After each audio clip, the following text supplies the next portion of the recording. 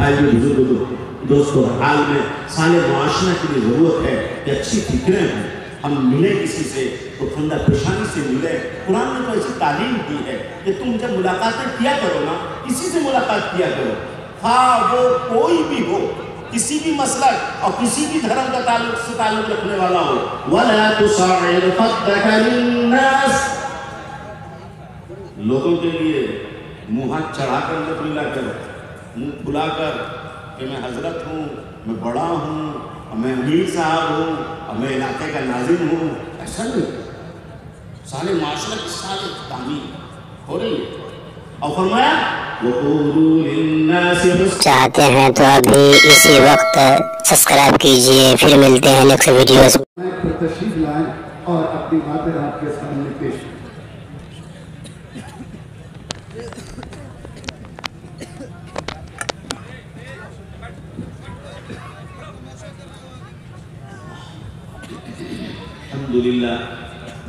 الحمد لله نحمده ونستعينه ونستغفره ونؤمن به ونتوكل عليه ونعوذ بالله من شرور أنفسنا ونعوذ بالله من شرور أنفسنا ونعوذ بالله من شرور أنفسنا ومن سيئات أعمالنا من يهده الله فلا مضل له ومن يضلله فلا هادي له ونشهد أن لا إله إلا الله وحده لا شريك له ونشهد أن سيدنا مولانا محمدا عبده ورسوله صلى الله عليه وعلى آله وأصحابه أجمعين.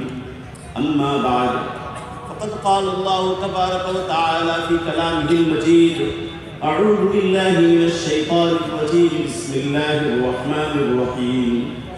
ألف لام ميم.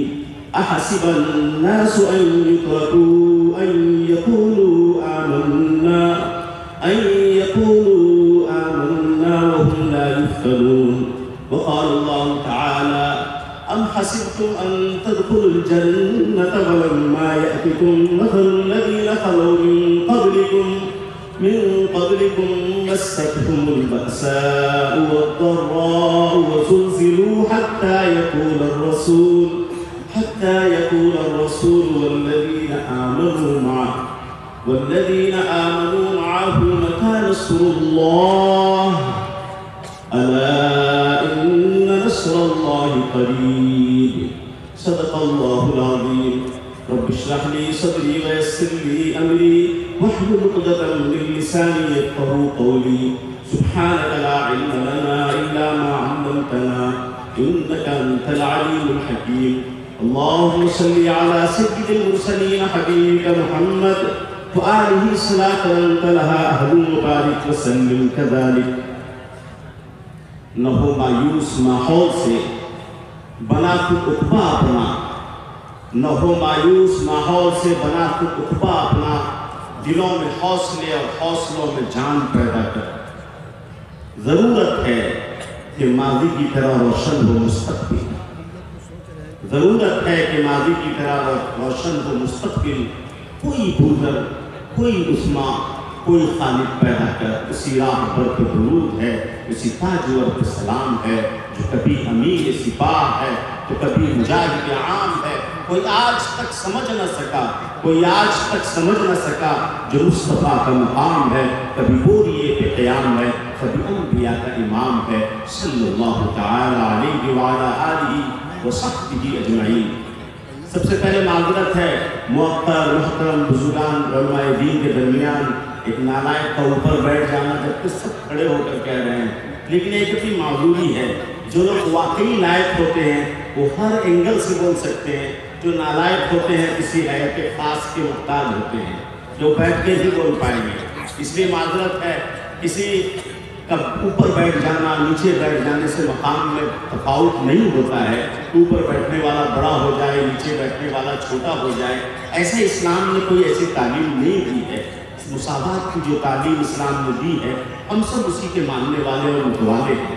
بھائیو، حالات حاضرہ پر تبصرے کا ایک انداز وہ ہے جو جو ہمارے بڑے علماء کرام نے آپ کے سامنے تذکرہ کیا، لیکن یہ نالائق بھی اپنے طرز بیان کا ہمیشہ شاکی رہا ہے کہ اسرار اور رموز کی باتیں بھی حسن و عشق کی کہانی کی طرح ہو جاتی ہیں، بیان کا انداز بھی نرالا ہوتا ہے، عکس کا انداز بھی عجیب ہوتا ہے، جس بارے میں خود اپنے سے بھی شکایت کرتا ہوں، پتہ نہیں کیوں الگ ہو جاتا ہے۔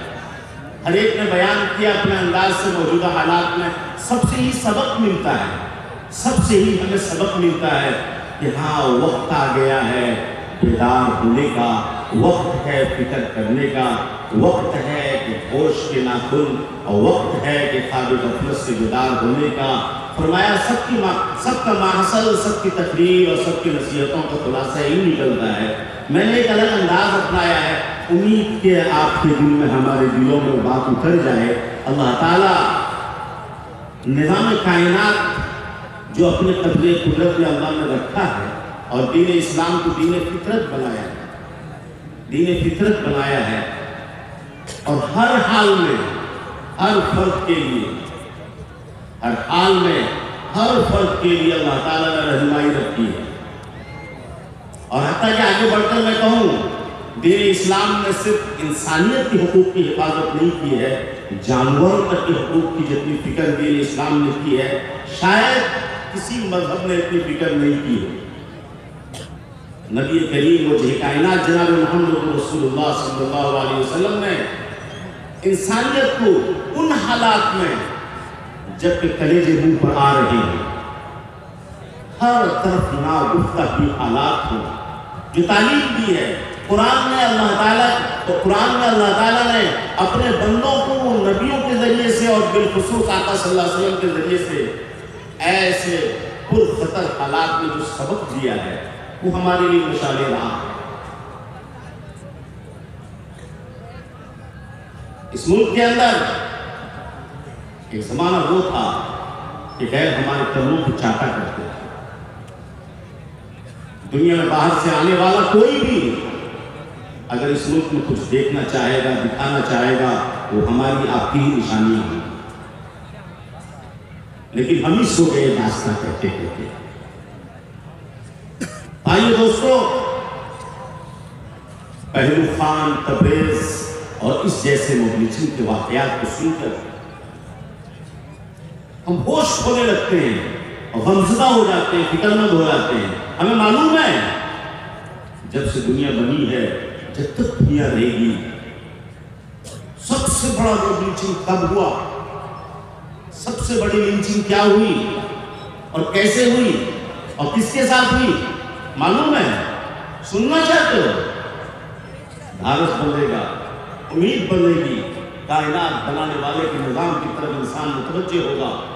رب کائنات کا نظام ایسا ہی ہے، ہر رات کے بعد دن کو آنا ہے، ہر رات کے بعد دن کو آنا ہے۔ جب مصیبتوں کے گھٹا چھا جائیں، مصیبتیں ہر طرف پھیلنے لگیں، خوشخبری ہو مسلمانوں، اب ہمارے لیے اچھے دن آنے والے ہیں۔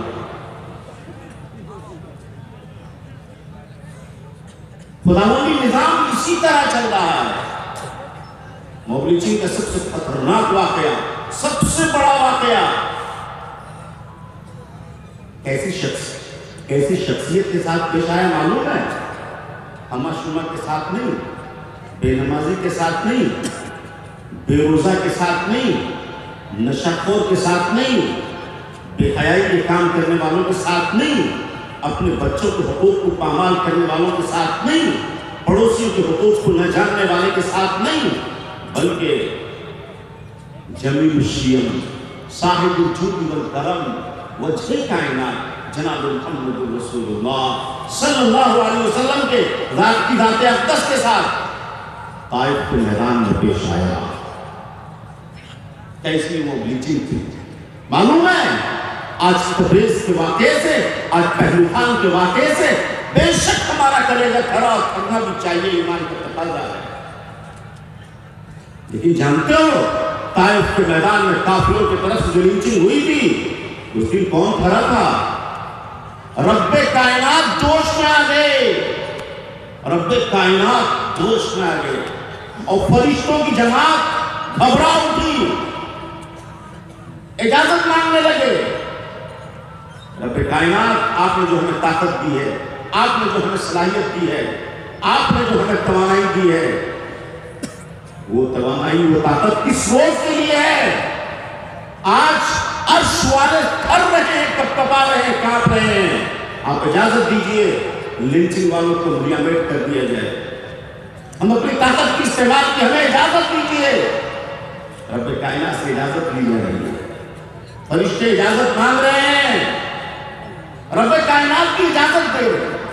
لیکن رب کائنات عالم الغیب ہیں، خبر کی کہ ہونے والا کیا ہے.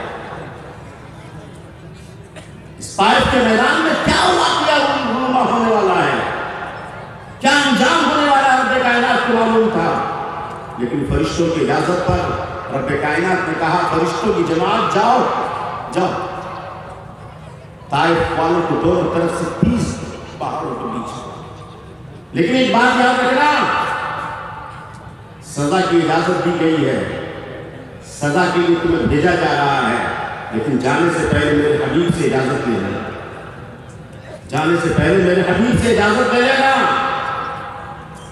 قیامت تک آنے والی انسانیت کے لیے رب کائنات سبق دینا چاہتے ہیں، سمجھانا چاہتے ہیں، بتانا چاہتے ہیں.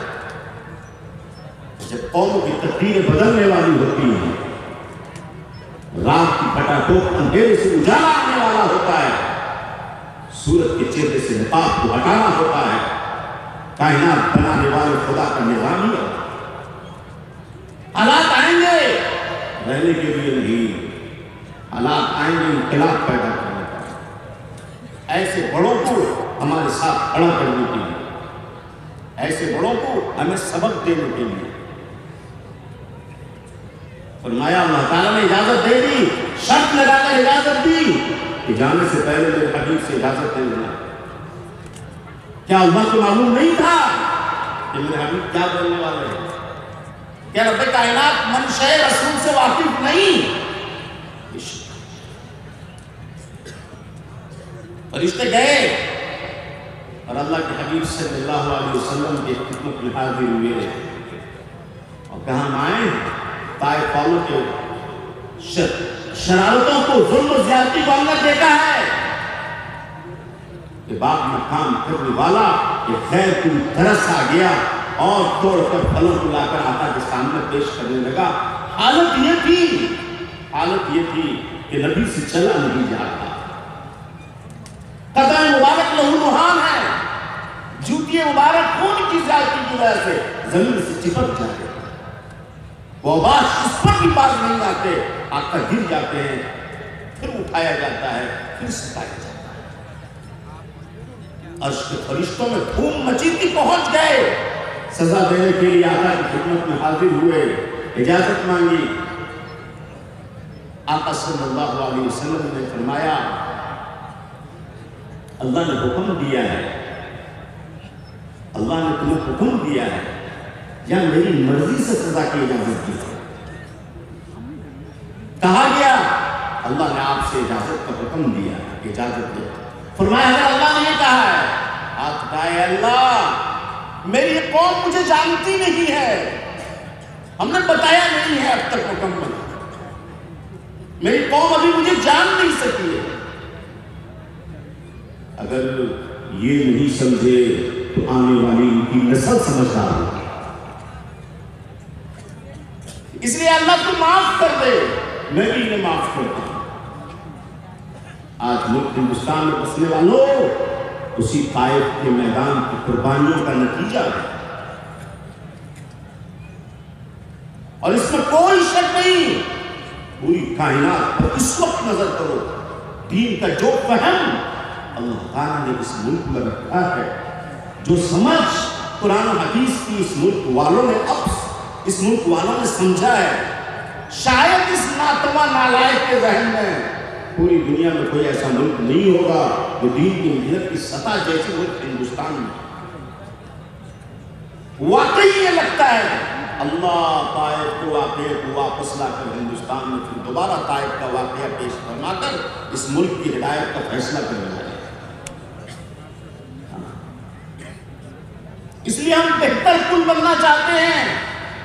کوئی اگر یہ سوچتا ہے کہ ایسے حالات کبھی نہیں آئے تھے، ہمیں یہ پلاننگ کرنی ہے، وہ پلاننگ کرنی ہے۔ سنو قرآن کہتا ہے اَحَسِبَ النَّاسُ أَن يُتْرَكُوا أَن يَقُولُوا آمَنَّا وَهُمْ لَا يُفْتَنُونَ۔ تم آزمائے نہیں جاؤ گے، تم چھانے اور پتھر نہیں جاؤ گے، تمہیں آزمائے نہیں جائے گا۔ سنو أَمْ حَسِبْتُمْ أَن تَدْخُلُوا الْجَنَّةَ وَلَمَّا يَأْتِكُمْ مَثَلُ الَّذِينَ خَلَوْا مِن قَبْلِكُمْ، تم سے پہلے کے حالات کو تو دیکھو، مَسَّتْهُمُ الْبَأْسَاءُ وَالضَّرَّاءُ وَزُلْزِلُوا، پلا دیے گئے، کلیجہ منہ کو آ گیا۔ گھبراہٹ کیسی تھی معلوم ہے؟ صرف مسلمان اس وقت نہیں کہہ رہے تھے، صرف مومن کیا آپ کی صدا نہیں تھی، اس وقت کے رسول بھی یہی کہہ رہے تھے والذین آمنوا معه متى نصر اللہ، اللہ کی مدد کب آئے گی؟ رسول پکار رہے تھے اللہ کی مدد کب آئے گی؟ الا ان نصر اللہ قریب۔ رب کائنات نے دیکھا اب متوجہ ہو گئی امت، اب متوجہ ہو گئے نہ بندے، اب متوجہ ہو گئے مظلوم، اب متوجہ ہو گئے ستائے ہوئے، اب متوجہ ہو گئے وہ لوگ جو پیچھے تھے، دور تھے، بعید تھے، قریب ہو گئے۔ اللہ نے اعلان کیا اچھا گھبراؤ مت میرے بندو، میں تو تمہارے ہی ساتھ ہوں، الا ان نصر اللہ قریب، میرے بندو مدد بالکل قریب ہے، گھبراؤ مت۔ انا فتحنا لك فتحا مبینا لیغفر لك اللہ ما تقدم من ذنبك وما تأخر ويتم نعمته عليك ويهديك صراطا مستقيما وينصرك الله نصرا عزيزا۔ قریب مدد دوستو، صالح معاشرے کی تشکیل کے لیے صالح فکروں کی ضرورت ہے۔ امام مالک نے فرمایا امت کے اخیر کی اصلاح اسی طریق پر ہوگی جس طریق پر امت کے اول کی اصلاح ہوگی۔ وہ کیا طریق تھا؟ دین کی فکر کسی نہج پر ہو، کسی طرز پر ہو، کسی جماعت کے نام پر ہو، اور کسی فرمایا کسی ادارے کے نام پر ہو، ہم سب کے سب ایک ہیں، ہماری فکریں ایک ہیں، ہم بٹے ہوئے نہیں ہیں۔ حضرت والا حضرت رحمۃ اللہ علیہ ممبئی کے اندر آخری سفر میں حضرت بیمار تھے، عصر کے بعد کی مجلس میں فرمانے لگے، جماعت کے ساتھی بھی بہت سارے بڑے بڑے جماعت کے دیگر لوگ، بڑے لوگ بیٹھے ہوئے تو فرمایا دیکھو تم دین کے جس شعبے سے جڑے ہوئے ہو، اپنے کو مفید کو سمجھنا کافی نہ سمجھنا، اپنے کو مفید کو سمجھنا کافی نہ سمجھنا۔ آج بہت بڑا بھول ہم جیسے نالائقوں سے جو اداروں کو لے کر شرح کرتے ہیں یہ ہو جاتی ہے کہ ہم اپنے اپنے شعبے کو کافی سمجھ کر دوسرے سے الجھ رہے ہیں، اور جب تک الجھتے رہیں گے دین کا کام دین کے کام کے مطابق نہیں ہو سکے۔ جب ہم ایک دوسرے کے لیے کارآمد بننے لگیں گے، ایک دوسرے کو معاون بننے لگیں گے، ایک دوسرے کو اپنے لیے مفید سمجھنے لگیں گے، ایک دوسرے کے تعاون کرنے والے بن جائیں گے، الفاظ کے ذریعے سے ہو، اور فرمایا اپنی محنتوں کے ذریعے سے ہو۔ فرمایا جتنی محنتیں ہو رہی ہیں سب محنتیں مفید ہیں۔ امام شریعہ کے پیغام یہی ہے، دین کے شعبوں کو زندہ کیا جائے تاکہ صالح معاشرہ بن سکے۔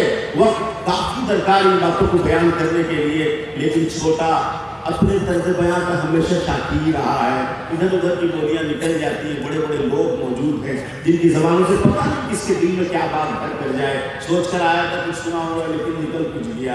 یہ اللہ کی اپنی ترتیب ہے۔ بھائیو بزرگوں دوستو، حال میں صالح معاشرہ کے لیے ضرورت ہے کہ اچھی فکریں ہوں، ہم ملیں کسی سے تو خندہ پیشانی سے ملیں۔ قرآن نے تو ایسی تعلیم دی ہے کہ تم جب ملاقاتیں کیا کرو نا، کسی سے ملاقات کیا کرو، ہاں وہ کوئی بھی ہو، کسی بھی مسلک اور کسی بھی دھرم کا تعلق رکھنے والا ہو۔ وَلَا تُصَعِّرْ خَدَّكَ لِلنَّاسِ، لوگوں کے لیے منہ ہاتھ چڑھا کر مت ملا کرو، منہ کھلا کر کہ میں حضرت ہوں، میں بڑا ہوں، اور میں امیر صاحب ہوں، اور میں علاقے کا ناظم ہوں، ایسا نہیں۔